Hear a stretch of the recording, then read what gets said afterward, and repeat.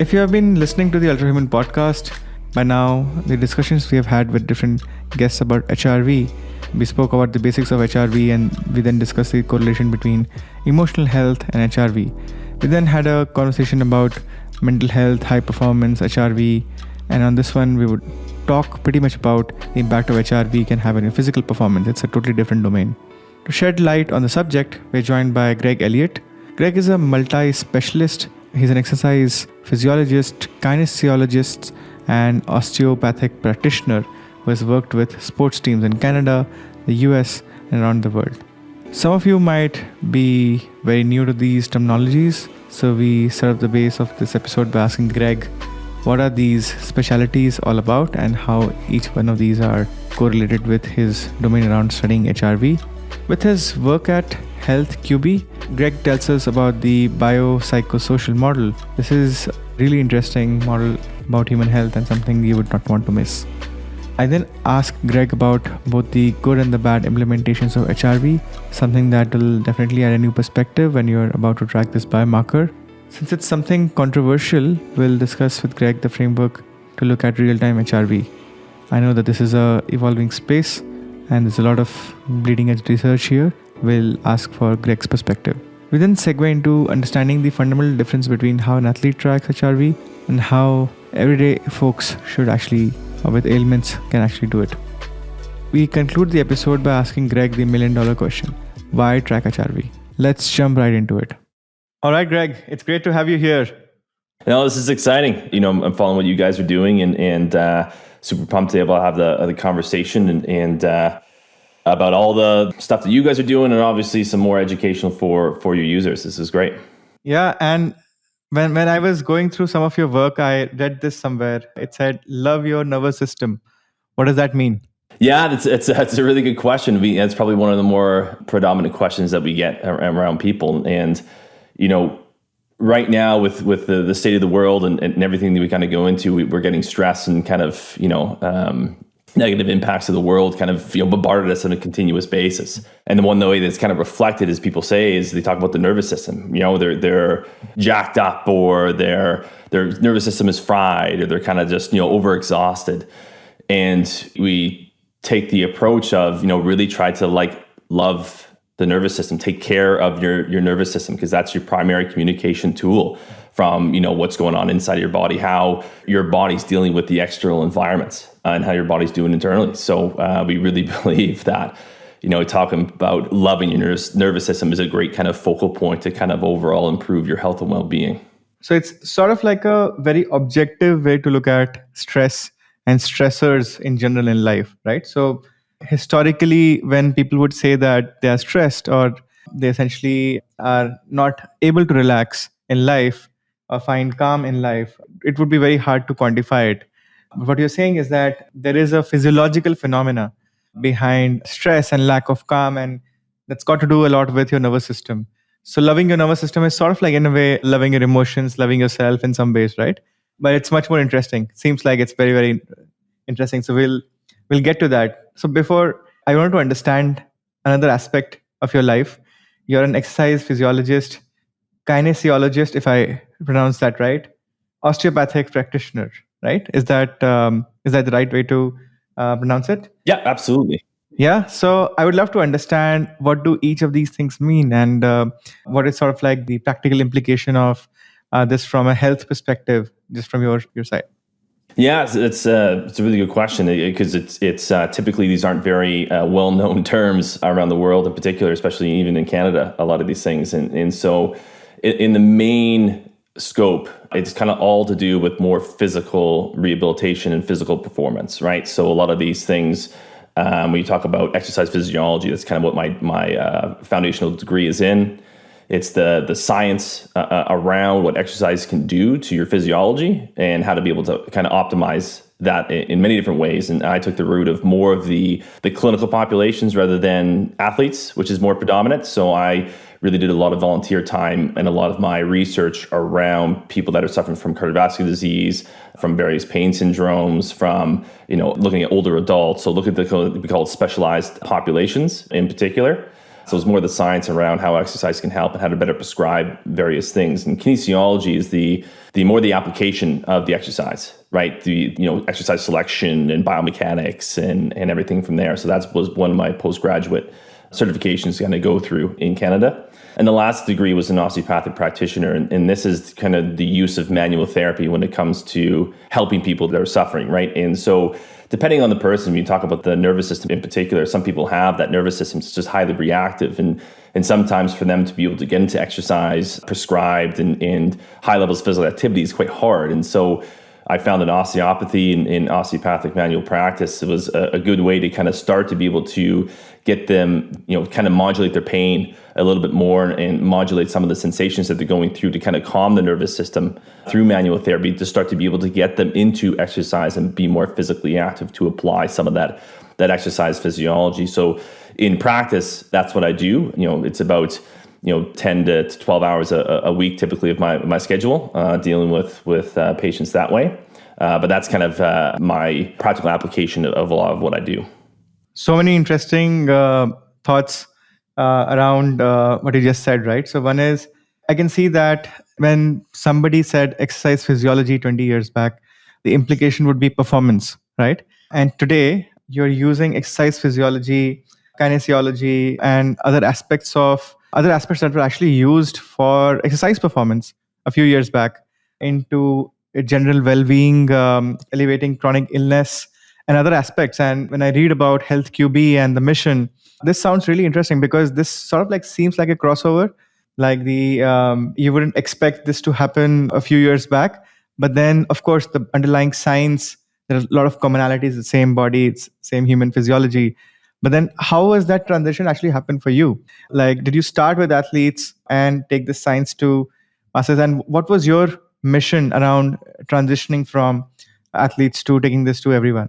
Yeah, it's a really good question. So I played college basketball, so I was an athlete myself. So we started in high performance. A lot of the stuff was geared towards higher performance as you kind of go through various things. And as anything to do with when you start to look at health and well-being, there always seems to be this crossover between health and performance, where you look at various things that can improve someone's health, and then people adapt that to how can we improve the physical performance of our athletes, and vice versa. That something comes into with athletes, how can it be translated into the health and well-being? And so I started with athletes in that area, but my really interest was the people that couldn't achieve peak performance and seeing what limiters necessarily they had and how can I best help them, because it seems to be an underserved population, but obviously a significantly larger population than high performance athletes. And so I started I finished my degree in 2013. I came back home to Vancouver, Canada, and I started working kind of with, again, a general population, but also some specialized populations from there, nothing to do with high performance, but starting to look at the trends of where things are going, of how to best help people. And this is where, I got introduced to HRV variability during my graduate studies, but started to see that it was really applied into performance. And I started to look at just why that is, and starting to dig some of the research around that stuff, and found a lot of the research is rooted in health and well-being rather than physical performance, which is was a newer trend in that perspective, and starting to apply that.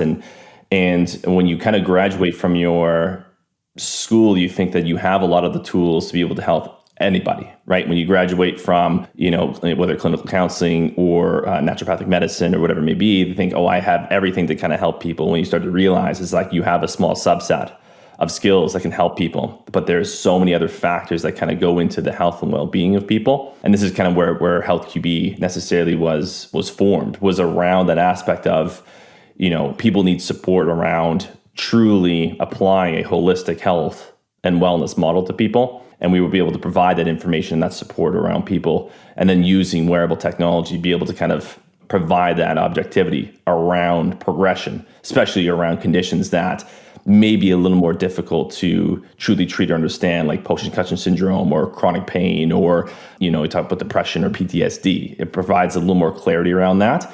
In progress, it's not only powerful for the patients, but also powerful for the practitioners and clinicians. Wow. There are so many amazing mega trends in terms of what you just said, right? So I can see that there is, if you look at the overall medicine space, that's obviously moving towards precision medicine. and how do you actually make medicine more preventive, more applicable for before people actually fall sick. Similarly, on the exercise science side, exercise physiology side, there is a parallel wave emerging, and these two things would probably come together in the future, because the medical science, the exercise science, the science of wellness, all three are sort of like interconnected. And you seem to have like a very sort of like a, and we're going to complicate it a little bit further, sort of like a biopsychosocial model of well-being. Can you like simplify that for people listening to the podcast? Yeah, absolutely. So to look at, health and well-being as an overall perspective, right? You want to be able to look at the major areas and be able to categorize that. And so this is with the introduction of what we call the biopsychosocial model in health right now. And it looks at the biological, psychological, and social aspects of health and well-being, right? So you talk about what are the biological aspects. There's certain things that you can and there's certain things you can't control. So in biological things you can't control, there's your genetics, right? Your age. There's certain things that you cannot adjust. But then there's modifiable factors when we talk about the big three, which are physical activity, exercise, nutrition, and recovery, right? Including sleep. So it looks at it categorizes health and well-being to various areas. We talk about psychological, we talk about your mood, your emotions, your mindfulness, right? Your interception, your mind-body connections. And then you talk about the social aspects. And this is a really big conversation actually in medicine right now, is the social determinants of health and well-being, right? You talk about the connections of other people, the support you have, environmental factors. There's various things that impact your health and well-being from there. And so what we wanted to do is be able to, people that are suffering from chronic conditions, or when you talk about people that are lacking in performance in any area, right? And want to be able to optimize various things, you need to be able to address those and prioritize those as to what's important for me to be able to address right now. What is my limiting factor to my health and well-being that is hindering my optimization of performance, whatever performance may be. It could be to the point of dealing with your spouse, your kids, be able to be the best father that you possibly can, best husband you possibly can. It could be to the point of you want to be able to make the Olympics, or something to do with work related, where you want to be able to perform at a very high, whatever it may be from a performance standpoint, whatever goal that you want to be able to accomplish. What is the limiting factor relative to the other aspects? And I think, when I do a lot of consultations with people, I think people have an idea that they're optimizing, certain areas very, very well, and it could be better, but they're very much ignoring, other sides, whether, you see medical doctor, but there's many psychosocial factors, people that aren't regulating their emotions very well. They completely disconnect to their body and mind. They isolate themselves away from other people and don't engage in social interactions. Those things can absolutely impact what's going on, and vice versa, where people that are very conscious about their breathing and their interception and their emotions don't necessarily have the foundational physical activity, a right dietary type of plan, or even right dietary habits and sleep habits to kind of optimize overall health and well-being. So we want to be able to have this be able to be applied to anybody that wants to be able to use it. And our primary focus right now are people that are suffering from chronic conditions, because it's really hard to prioritize. It's, we can all eat better. We can all sleep a little bit more in better quality. We can all be a little more physically active. We can all manage stress better, but, we all have no time. Everyone's busy. What do I need to focus on individually? What is the N of one for me to be able to, to address my health and well-being? That is the most important, right? And so we assess those factors, and then we use these high fidelity wearable products to quantify these changes in people. When you look at heart rate variability, when you look at the people's activity, start to look at that data, compile it with the subjective data to provide true progress and the application of what we call a holistic health plan. And it's all framed around that biopsychosocial model. Greg, I love the fact that you mentioned all three interesting aspects of human health, right? You took the biological being to a psychological being to a social being, right? And as you rightly mentioned, it's quite common that when we think about the biological being, we often forget the psychological and the social being, and vice versa, the other way around as well. What we have seen, and I find this really fascinating, in our own platform where we track glucose for a lot of people, the same food, like basically you can say lifestyle activity, just becomes different with a different mindset. And I'm not saying this in a voodoo way or saying this that, it's all about soul and connection, but I'm saying that when you're actually watching your food and you're eating at the right pace and you're actually sort of like digesting your food and sort of like giving it the time, the same food might actually not give you a much poorer glycemic response. And I've seen that for myself, that when I'm rushing into it and double that with a high glycemic index food, it's just sort of like it's a haywire on my glucose metabolism, right? Now, some of that is also anecdotal because basically you believe, but I think a lot of that is also interesting data. And I'm not saying that a lot of this data is provable today, but in the future, potentially it's possible that for every kind of psychological and social change that we see, we will be able to see long range trends of biomarker data. And that would be really interesting because now what people undermine as social aspects of life.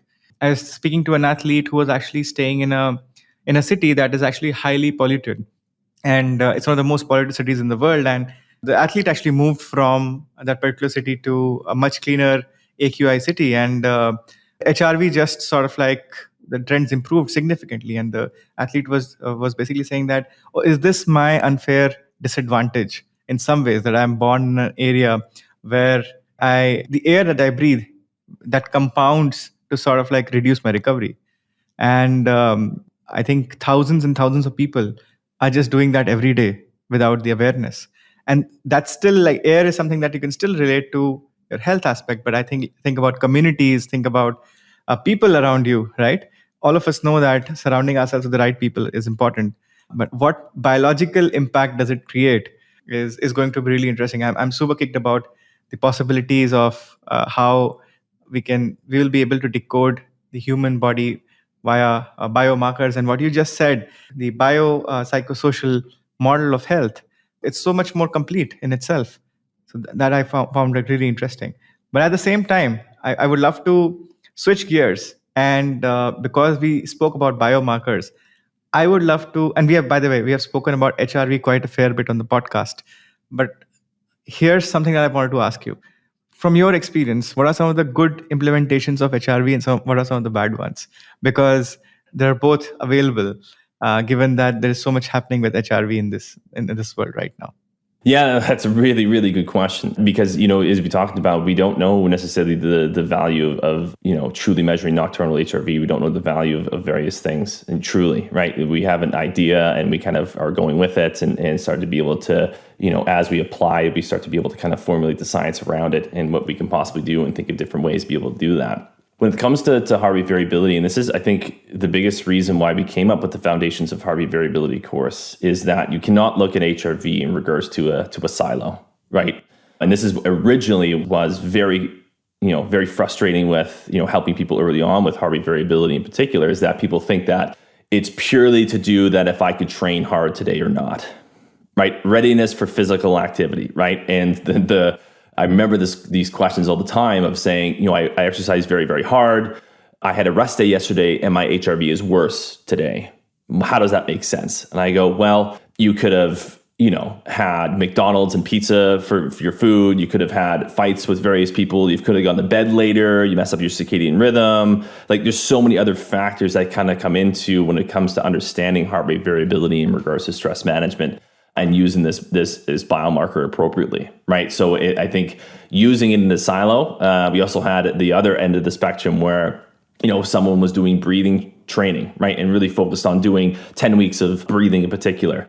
And, doing this is like, well, why isn't my HRV improving? As I started to go into it, they eat fast food primarily for their main meals. They're night shift workers, so their sleep schedule is all over the map. They're not physically active at all. They have pre-existing health conditions, and it's like, okay, well, there's significantly more factors that are coming in. So I think the poor application of heart rate variability is when you start to think of that this equals that.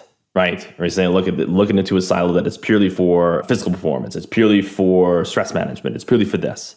And you can't necessarily do that. And this is where I think you have to look at all these factors of what's going on. And I think it's probably one of the biggest reasons why heart rate variability hasn't been very much adopted into a lot of medical clinics, and a lot of clinics in particular. The reason was because there's so many things that can affect it. And that's the number one question that when I do consultations with medical doctors or other practitioners like physical therapists, osteopaths, massage therapists, I go, okay, well, my client's HRV based on standardized data is lower than it should be. What do I do? Right? Well, I have to know your patient inside and out, be able to prioritize those factors. And so I think the best application is looking this as more of, if you introduce something into your life, whether it's a change of diet, whether it's an exercise plan, whether it's, a journaling, or, starting to be able to do more social events. What is the individual impact of changing the various aspects of my behavior? Right? If I change this behavior, how does this equate into what's going on? Right? Give you an example. I absolutely hate running. It is, I there's no such thing for me as a runner's high. I despise every step that I gotta go for it.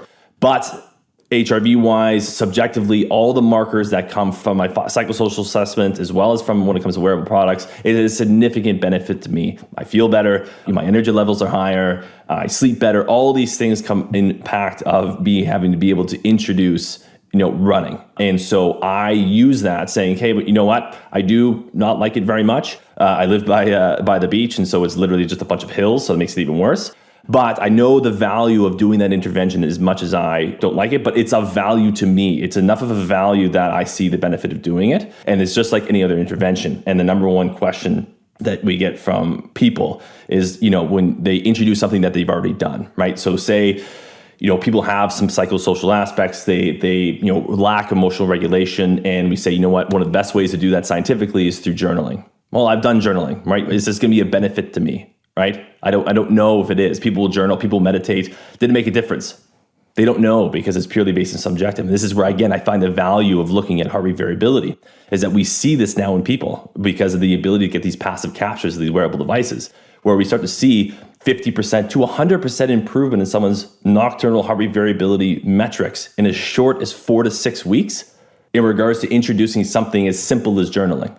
Right? I have an example of a client that I have that exactly is what happened to her, right? By her being journaling in 4-week time, we're able to show a significant improvement in her nocturnal capture, literally from just introducing journaling and giving the purpose of why journaling is there. Why are you journaling in particular? Start doing it and be able to do it. Now, she didn't like it before. She now sees the value of actually doing it, so she'll dedicate the time in order that happen. So I see that the value of putting emphasis in regards to, if you have to change your behavior for your health and well-being, is this intervention worth it for you? I think what I noticed is that what you're essentially saying is that the simplistic definition of HRV can often be misconstrued into many different ways, just like data, right? So you can torture data enough to make it become anything you like. That's the fallacy of this space. Basically, what's going to happen is that for the next few years, as we develop the platform and as a lot of data platforms around human health develop, people are going to believe what they want to believe, because often health is your own definition of health. It's not somebody else's definition.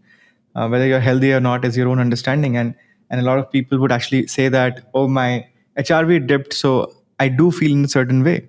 Or my HRV rose, I do feel in a certain way. Whereas these two things might lack a lot of context. So having the context is actually probably equal or probably even more important in many cases. And it's really like a compass. It's not like a map. It's sort of like a direction that you can sort of like use it like a directional marker, but you can't let it drive your life, because unless you have context, you'll be driven to places where it does not make sense. Well, this is a very interesting definition, because what we have been seeing is that as wearables become more and more popular, it's often easy to sell a score and a trend and say that, oh, this is what it means. And most people who train can often be convinced that they have overtrained. It's just human psychology, right? I mean, you don't know your limits, and the other way around as well. Like you can convince somebody that you have not trained enough as well. So it's going to be important to actually set the right guardrails in terms of the interpretation of this data, leave alone the ability to extract this data. That itself is sort of like a different subject. But I wanted to sort of dig into another aspect, and I've heard this from many folks who have actually worked in the HRV space, that there is a Schrodinger's cat problem in HRV, which is when you observe HRV in real time, and I'm specifically talking about real-time HRV, which is highly controversial.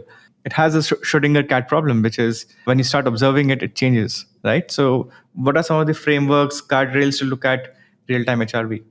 Yeah, that's a really, really good question. I find it that ability to be able to, when you start to look at, you say, your own HRV and be able to change it in particular, a very telling sign that you have the ability with your thoughts in mind to change what your physiology and biology does, right? And I think it's the number one thing about that I love that HRV does is it brings awareness around what's going on and the impact of it, right?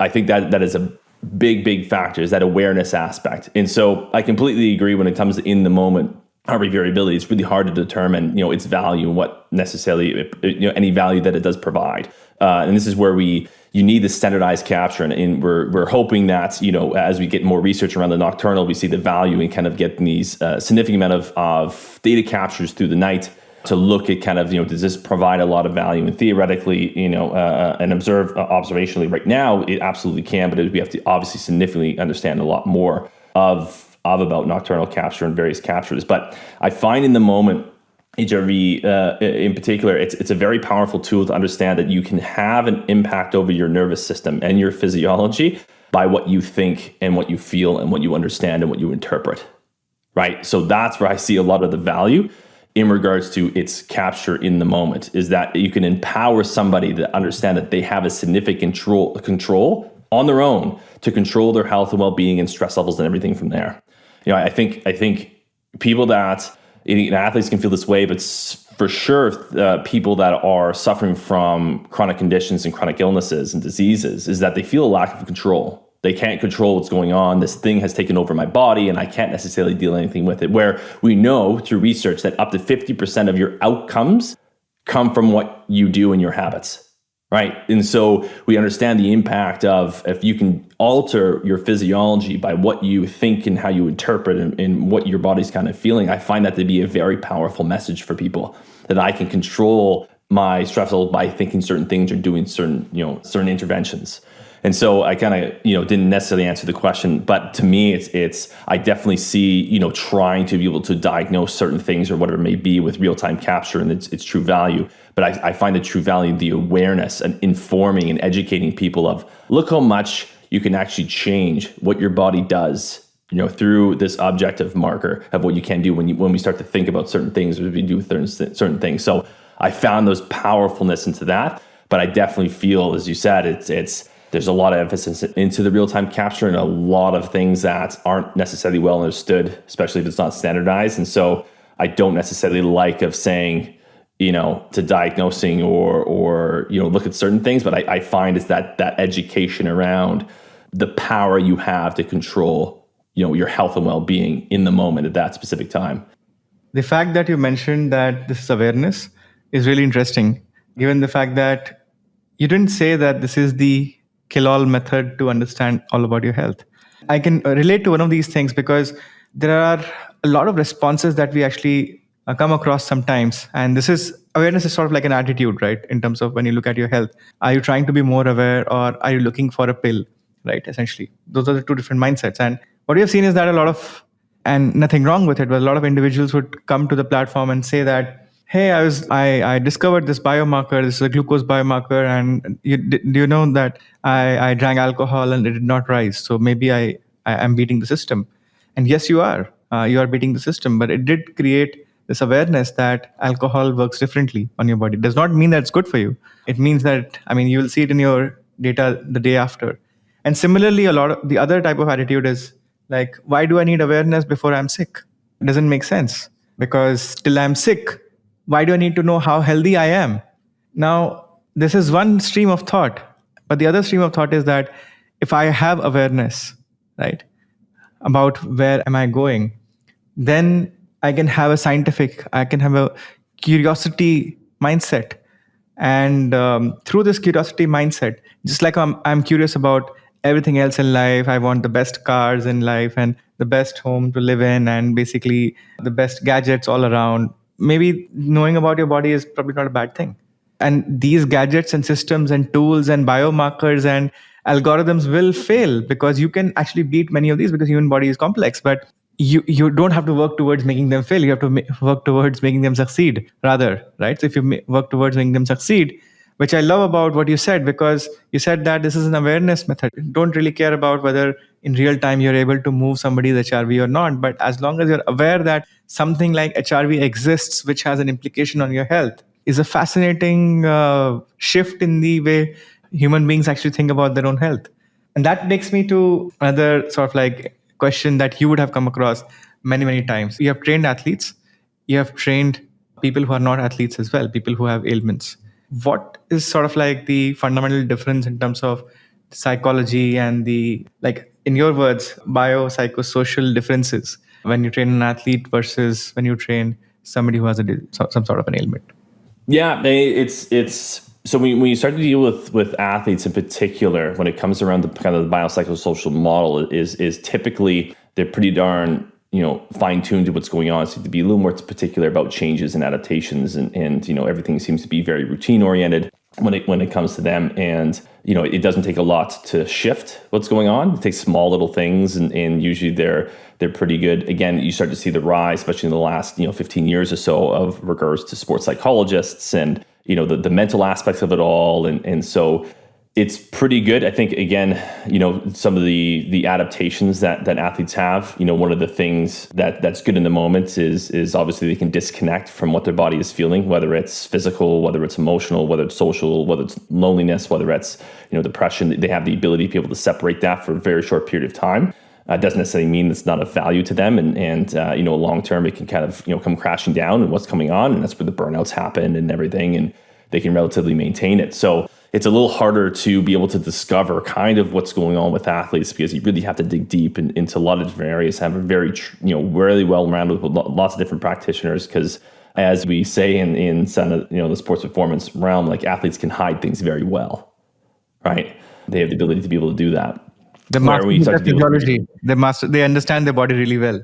So totally, they can hide a lot of stuff very well. And so when it comes to people that are suffering from other conditions, I think they definitely feel there's a lot more fundamental things that are missing, right, from being able to kind of optimize health and well-being. So it's a little more obvious to be able to determine that. The difference is that when you deal with athletes, they have that intrinsic motivation and purpose to be able to drive, because they have goals set. For sometimes people that are in the general health, the special populations, they might not have a goal or a purpose, or they lack direction of what to be able to do. Set aside is I deal with a lot of people that are in chronic pain, and I always, what's a goal? And the goal is like, to be out of pain. Like, that's not a goal.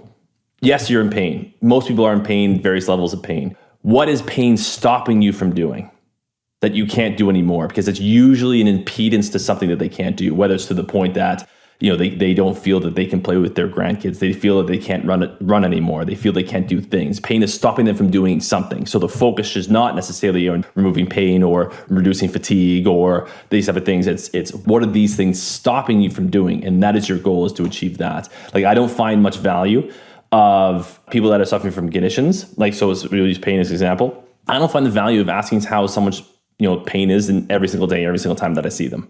Because then they associate themselves as being a person that's in pain. And it's hard to remove that label to be able to progress. Just like someone that's suffering from fatigue, or a person that's suffering from cancer, right? They associate with that condition. And you have to be able to disassociate, to provide to the point of, like, what is this stopping you from doing, and how do we get you there in particular, right? So I'd say from athletes, it's they can hide things very well. So it takes a lot more dissection of these people from many different areas to be able to determine what's their limiting factors.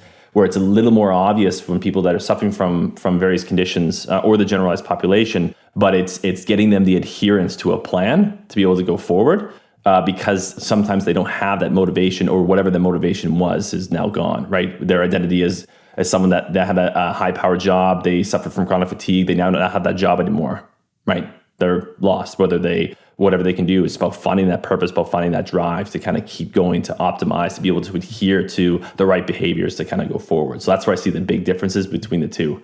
Right. So the athletes are driven by precision, sort of like driven by those last minute changes. And when it comes to people in disease and pain, it's largely about their environment, right? And what they're chasing. And the awareness of that, right, to some extent. It's not about finding what the real problem is, but instead helping them become consistent. Because for them, even small changes would actually compound to become like large health outcomes.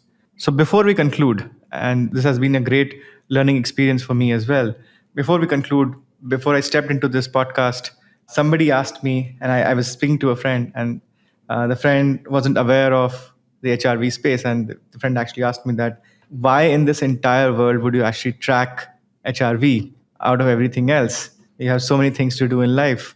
So I have a few answers, but I'm sure that I wouldn't have an answer that'll be as compelling and as interesting as what you would have. So I would love to hear your version.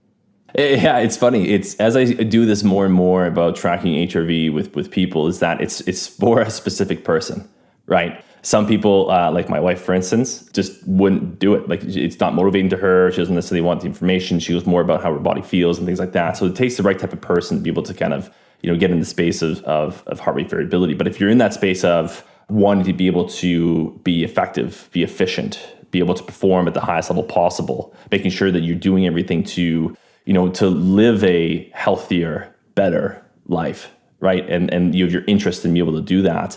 You're spending time of looking at, am I on the right food? Am I, doing the right things with friends? Am I doing that type of stuff?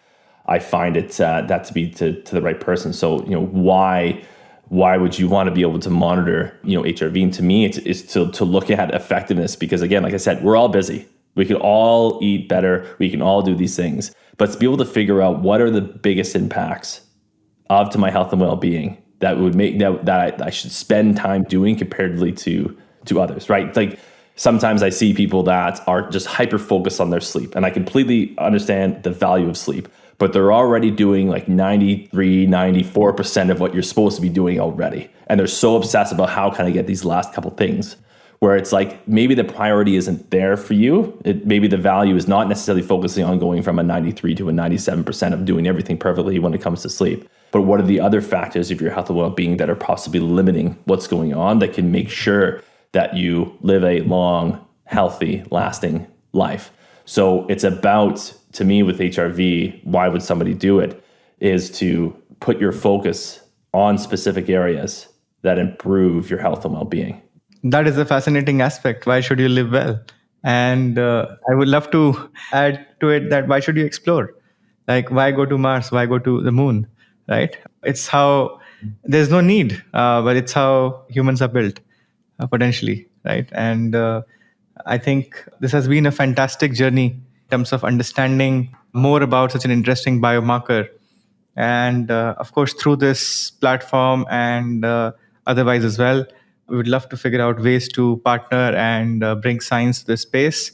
This is probably one of the most interesting phases of human health, where engineers, sports scientists, doctors, and general people who also call themselves biohackers are actually trying to figure out what is the future of human health.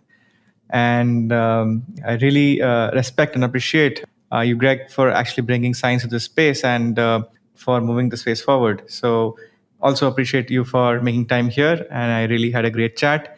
And thank you for making it here, and look forward to seeing you more. Yeah, no, and like what you guys are doing is pushing the boundaries, and that's exactly what we need to be able to do. So you guys keep going, doing what you're doing, pushing the space, pushing the limits, and it's only going to make the biohacker, but the health and well-being space that much better. So thank you guys and keep up the great work.